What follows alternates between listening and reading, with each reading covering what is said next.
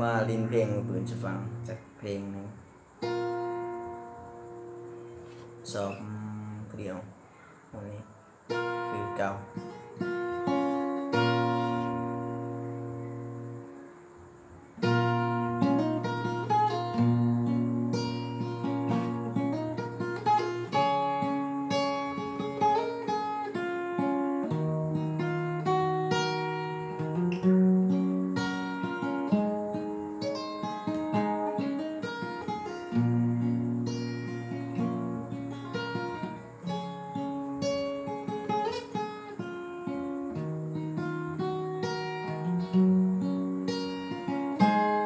ฟังเส้นสุดท้า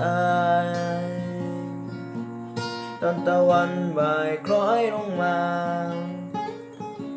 นายสั่งให้ลงมือฆ่าเด็กตาดำๆศรัทธาสลายความเป็นตายได้เรียงเป็นสายจากเริ่มจนยิ่งนานเหนี่ยวไกลปืนเหยียบศพข้ามไปคว้าเอาเงินท่ามความจนที่ฉันนี่นาปากกาตีนที่เรื่อยมาตีรันฟันแทงแกล่งกล้า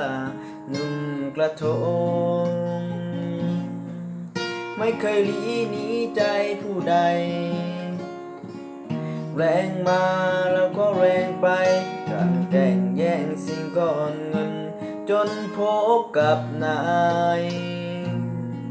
ผู้มากรายด้วยบารมีเงินยิ่งใหญ่ขับเมืองทุกคนต้องก้มหัวมือปุ่มปั๊ม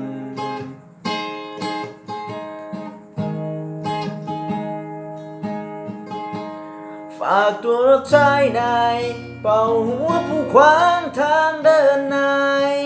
ส่งไปสู่ความตายชื่อเสียงของฉันเรื่องลือศพแรกผ่านไปศพสองศพสามค่อยๆผ่านไปหลงผิดคิดภาคภูมิใจก่อนเดินมาถึงวันนี้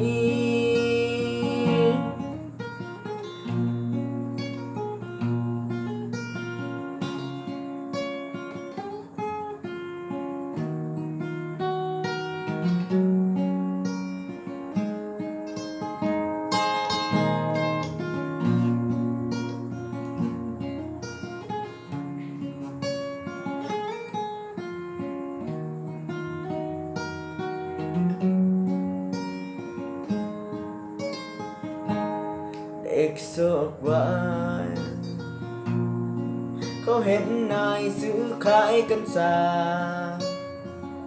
นายมองและสงสายตาทำให้ว่าใจตกลงที่ไปตายเสียเธอหันปืนเข้าหาหัวนายเหนี่ยวไกลแล้วสังลงใจได้กลิ่นไอของความดีงาม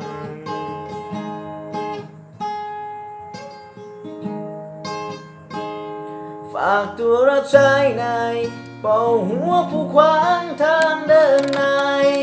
ส่งไปสู่ความตายชื่อเสียงของฉันเรื่องลือ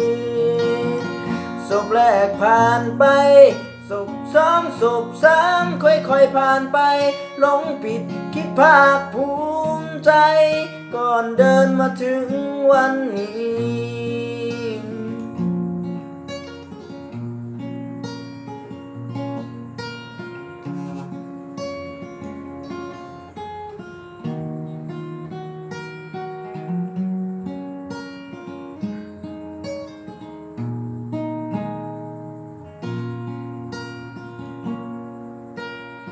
นี่คือครั้งหนึ่งที่ภูมิใจ